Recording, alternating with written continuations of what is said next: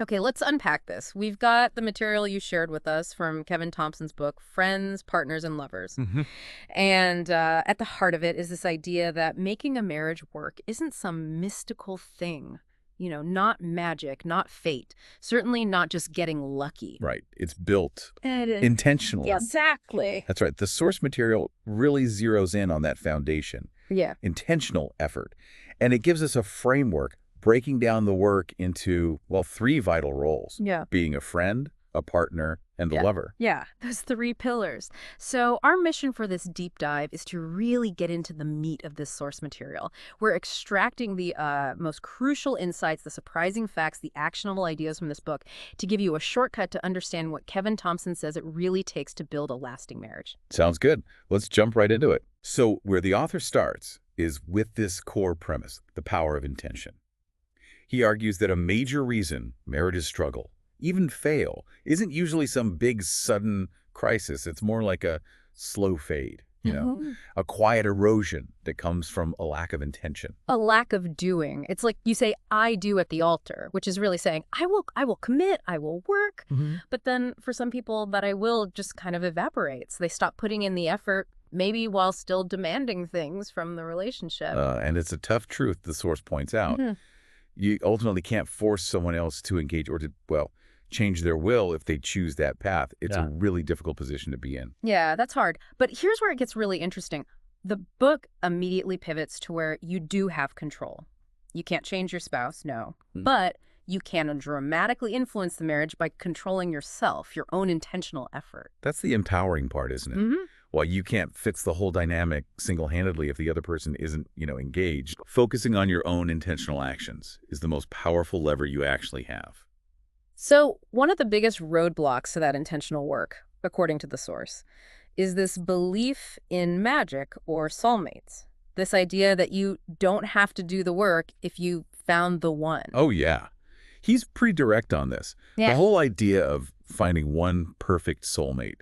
He says it's basically a myth. Really? Yeah. His argument is you choose someone and then you put in the work day after day, year after year, until you get to a point where it feels like there could never be anyone else. No. He even shares, and this is interesting, he's grateful his wife isn't his soulmate. Wow. Because it highlights that chosen, intentional love is, for him, the deepest kind. That totally reframes the fairy tale, doesn't it? It makes it less about destiny and much more about daily dedication. Exactly. And another misconception he tackles is believing marriage is just based on luck. The idea that there's no use doing the work because it's all just a coin flip anyway. I hear that sometimes. People say, oh, they just got lucky. Right. And while a really good marriage feels like incredible luck, absolutely. Sure. The source is firm. Intentional investment is the true cause of success. And apathy, on the flip side, that's cited as the #1 cause of divorce. It's not bad luck, it's neglect. Neglect. Oof. The book uses the story of Brandon and Lana. Remember that. Their lives got hectic, kids, careers, and they just stopped intentionally investing in each other. And over time, their feelings for each other just, well, they waned, faded. It's such a poignant example. It really shows that love isn't this fixed, static feeling you either have or you don't. Right. It's a choice. It's an action. It's something that requires continuous investment. Apathy starves a marriage, but intention helps it continually grow and adapt to life's changes. Okay, so with that core idea of intentionality firmly in place, let's dive into the first of those three vital roles the source highlights: friend. Yeah, and this is presented as the absolute foundation. What starts as friendship during courtship needs to remain friendship throughout the entire marriage. It shouldn't just stop. I loved that anecdote he shared about the elderly couple in McDonald's. Just sitting together, reading newspapers, occasionally sharing something or reacting. He calls it dancing. It's such a simple but beautiful picture of friendship just woven into the mundane reality of everyday life. It is, and that kind of friendship requires active engagement. Lots of positive interactions, not just avoiding the negative ones. The source suggests many marriages aren't failing because of huge fights, but because they're simply starving from a lack of those positive connections. Yeah. Just emptiness. Okay, so a key practice the book mentions for building that marital friendship. Yeah. Make your spouse your first person. Yes. Share good news with them before anyone else. Why is that so important? Well, it's not just about relaying the information, right? It's about sharing the raw emotion, the excitement you feel, in that very first moment. Your spouse deserves to experience that with you before it gets diluted by sharing it elsewhere. Like your wife telling you a funny story from her day. She's sharing her heart, not just giving a factual report. Exactly. Or your husband showing you a cool play in a game he's into. He's inviting you into something he's excited about, sharing that moment. And the source warns against rejecting these small bids for connection, right? Like being distracted or feigning interest or just shutting it down. Absolutely. Doing that, even if it's unintentional, trains your spouse to eventually stop bringing those moments to you. They learn to look elsewhere. That makes sense. Beyond those small moments, the source stresses the non-negotiable need for dedicated time together, not just stolen minutes here and there or doing separate things in the same room. Right. Parallel play. Yeah, but prioritized, concentrated time just for the two of you. There's that striking anecdote where the author asks a really busy parent about their packed schedule and then follows up by asking, so how much quality time will you actually spend with your spouse today? Oh. And given the schedule, the implication is clear, right? It leads the author to respond, basically, well, no wonder you don't love each other anymore. Oof. That's a bit of a gut punch, isn't it? But it's powerful. It makes you confront the reality that time isn't just a nice to have. It's essential for love to survive and thrive. It truly is. Yeah. Marriage requires friendship, and friendship absolutely requires time. Without that intentional time carved out, the connection weakens. And yeah, the feeling of love can diminish. It just fades. This kind of deep friendship also creates what the source calls a fort, like a safe, comfortable space within the marriage, shielded from the tension and stress of the outside world. A refuge. Yeah, exactly. A place where you don't feel like you're constantly walking on eggshells. And the bedrock of that fort, the foundation, is trust. Trust is highlighted as absolutely crucial for marital friendship. And interestingly, the source points out that trust is often most revealed or tested during times of suffering. Like the doctor and the skin tag analogy he uses. Mm-hmm. The author wasn't anxious, even with a sharp object near his eye, because he trusted the doctor completely. Trust changes how you experience difficulty or potential pain, and difficult times can really show you the actual level of trust that exists between you. The source is also realistic, though. It reminds us that no couple is perfect, no matter how it might look from the outside. Pretending otherwise is actually dangerous. Why is that? Because it prevents couples from seeking help when they need it, and it stops them from embracing their shared imperfections, which is part of being human together. And this connects back to humility versus pride, right? Mm-hmm. Pride is described almost like self-intoxication. Yeah, that's the phrase. It can only befriend itself. It kills friendship because it can't admit fault or limitations, which makes you untrustworthy.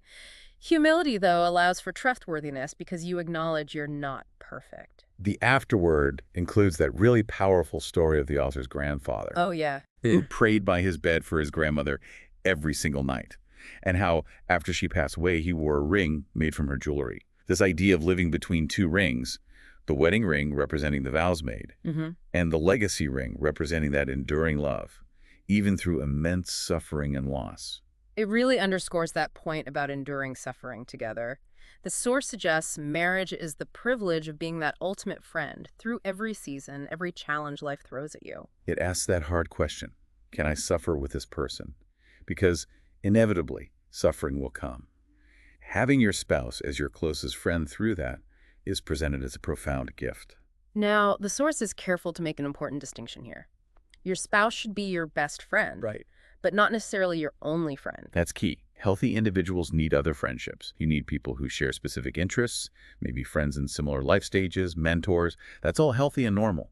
But, and this is crucial, the source emphasizes your spouse must remain the priority in terms of your time, your energy, your allegiance. And this is where the source touches on a challenging topic: affairs. It notes they often begin as innocent friendships that start filling a void, an emotional gap that really should be filled within the marriage. It just reinforces that critical need to actively invest in the friendship with your spouse to keep that connection strong. Okay, so that's the friend role. Let's build on that foundation and move to the second role. Partner. Right. The source calls this the business decision component of marriage.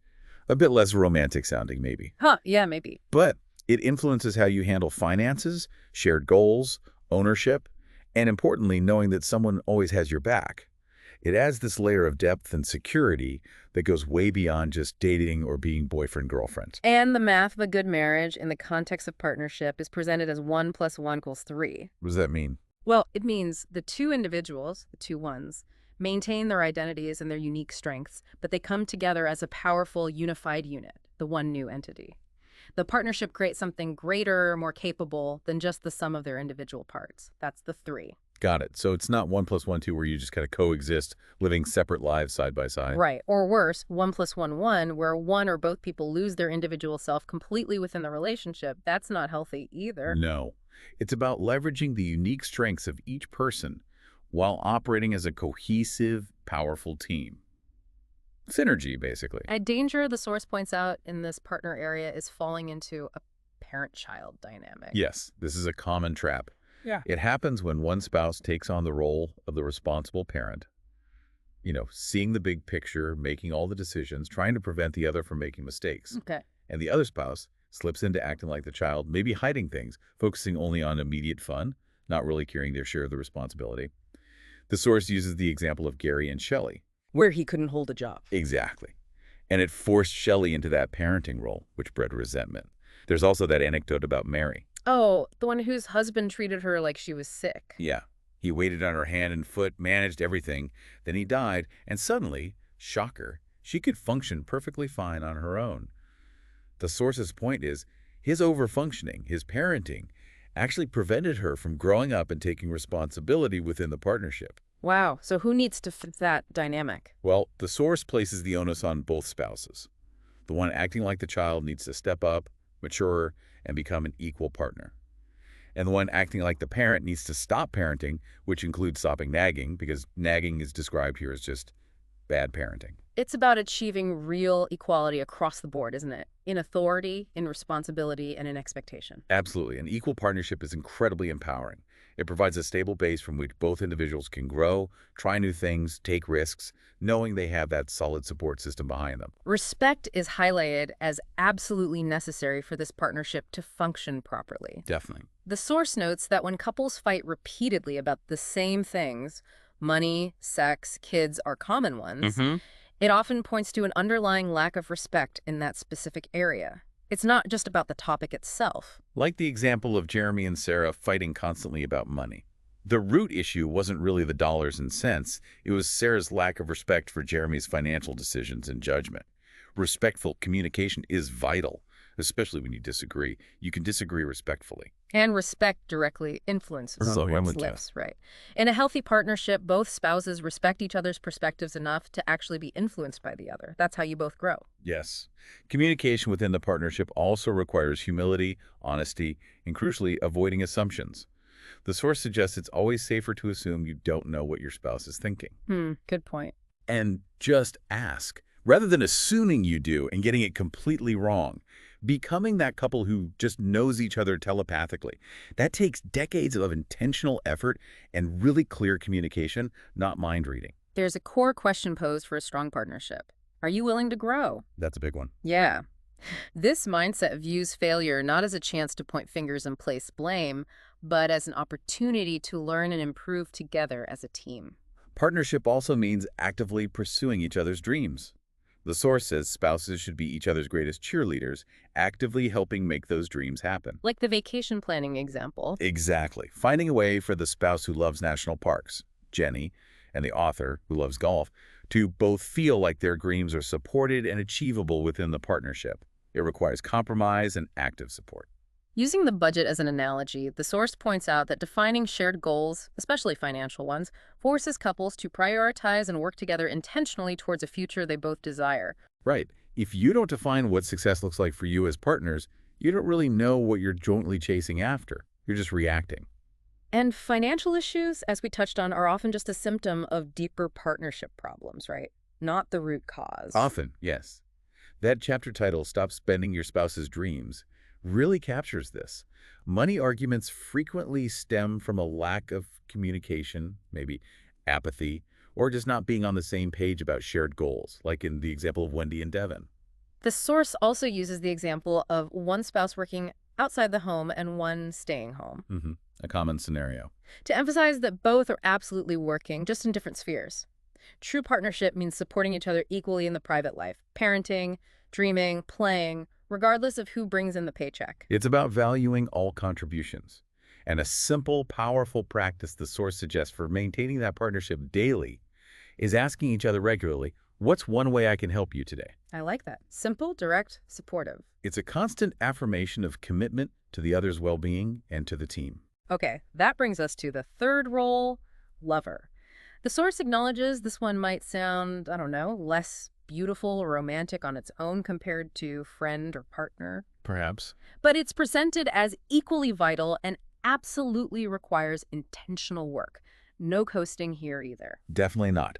And the core concept here is summed up as everything is foreplay, Meaning, meaning what happens outside the bedroom, the quality of your friendship, the strength of your partnership, dramatically influences the intimacy inside the bedroom. They're completely interconnected.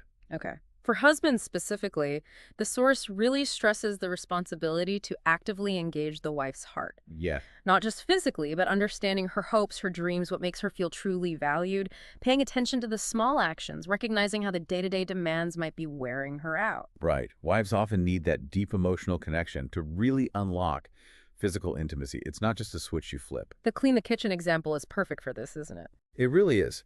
For the wife in that story, it wasn't just about a chore being done. It was an act of service that spoke volumes to her heart. It made her feel seen, cared for, valued. Which in turn positively impacted their physical connection later. Exactly. The source is also really practical about the reality of busy seasons. Young kids, demanding careers. It notes that scheduled sex can become necessary, and that's okay. It's not boring, it's intentional. So scheduling it isn't unromantic. Not according to this source. It helps manage potentially different sex drives. It ensures intimacy actually happens amidst the chaos of life, and it allows for grace if plans need to change. Scheduling it is simply a way of prioritizing it, just like you schedule other important things in your life. That makes sense. Now, there's a really strong point made about entitlement when it comes to sex. That anecdote about the man complaining his wife went to bed after he'd spent the whole day golfing and watching games. It's very telling. He felt entitled to intimacy, even though he hadn't invested any time or effort into the relationship and to connecting with her outside the bedroom that day. Yeah. The source makes it crystal clear. The effort and pursuit required on a first date, guess what? It still required years, even decades, into marriage. You still have to pursue one another. You can't just expect it. The ultimate goal in the lover role, then, is seeking mutual pleasure. Though the source acknowledges that no couple ever fully arrives at some state of perfection. Right, it's a journey. But the ongoing pursuit, the intention to please each other, that's the key. And two specific habits of good lovers outside the bedroom are highlighted: frequent eye contact Simple but powerful. and routine non-sexual physical touch. Just that constant connection, even small touches like holding hands and arm around the shoulder, it's important for comfort and connection, like how kids seek physical closeness with their parents for reassurance. And the source touches on boundaries that protect this lover space. One big one is kids sleeping in their own bed. Yes, presented as crucial for preserving the unique space and intimacy that belongs only to the couple. It might be easier in the moment just to let them crawl in. Sure, especially when you're tired. But the source argues it's better for the long-term health of the marriage, reinforcing that primary relationship within the home. And avoiding TV in the bedroom is mentioned as another important boundary, something often recommended by counselors. Why is that one so bad? Well, it's a significant distraction. It tends to decrease communication, couples talk less, and consequently often have less sex. It pulls focus away from each other right at a time when connection is possible. The source connects this to the broader idea of listening to wisdom and advice, doesn't it? Like, ignoring good advice, maybe like the TV in the bedroom thing, might not show immediate negative consequences. Right, it's subtle. But the damage can just accrue quietly over time, becoming apparent only much later when the connection has already weakened significantly. It takes humility, really, to accept and follow wise advice, even when it doesn't feel immediately necessary or easy to implement. Okay, shifting gears slightly towards the end here. The source offers significant hope. It really emphasizes that marriages can change and dramatically improve. Yes, even those that feel like they're right on the brink of collapse, change is possible. But there's a stark prerequisite, a condition. A crucial one. It Yeah. takes two willing parties to save a marriage. Both people have to want it and be willing to do the work. Though, tragically, the source notes, it only takes one person deciding to check out through apathy or destructive behavior to destroy it. That's sobering. The path to improvement, then, is framed as the hard road. Hmm. It's about intentionally building a marriage you may have never experienced before, perhaps one based on healthier patterns than you witnessed growing up.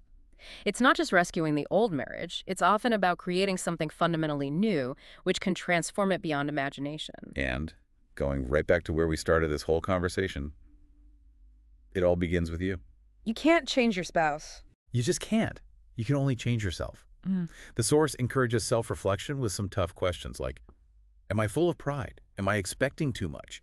Am I being too aggressive or maybe too apathetic? Am I desiring the wrong things? Ooh, hard questions. Yeah. But working on yourself is the necessary starting point for having any kind of positive influence on the marital dynamic. It's the only part you truly control. And importantly, feelings of love, they can be rekindled. A marriage where the feelings have faded isn't necessarily hopeless. Absolutely not. The source suggests that you control your feelings ultimately through your intentional actions. By choosing to act like a friend, choosing to act like a partner, choosing to act like a lover, consistently. Genuine feelings can actually be redeveloped over time with that consistent effort. It may sound like a lot of work, and well, it is. Yeah, it definitely sounds like work. But the source assures us that building this kind of intentional marriage, based on friendship, partnership, and love, is always worth the effort in the end. So pulling all this together then, this deep dive into Kevin Thompson's work, based on the material you shared, hopefully gives you, our listener, a clearer picture of the structure and, yes, the demands of building a strong, lasting marriage. It really reinforces that marriage isn't static. It's a dynamic journey. It requires continuous, intentional effort in embodying those three vital roles. Yeah. Being a friend, being a partner, and being a lover. It's challenging, certainly, but it's presented as profoundly rewarding. The source ends with that powerful image from the afterward the author wearing his wedding ring, symbolizing the vows he made, The commitment. and also his grandfather's ring, the one made from his grandmother's jewelry, symbolizing an enduring love that weathered immense suffering. Yeah. Marriage, according to this source, really thrives when every day is lived in light of those two reminders. Remembering the vows you made years ago, that commitment to intentionality we've been talking about, and also looking forward to the legacy of resilient, enduring love you want to leave behind. That's quite a framework to consider, isn't it? A challenge maybe for all of us.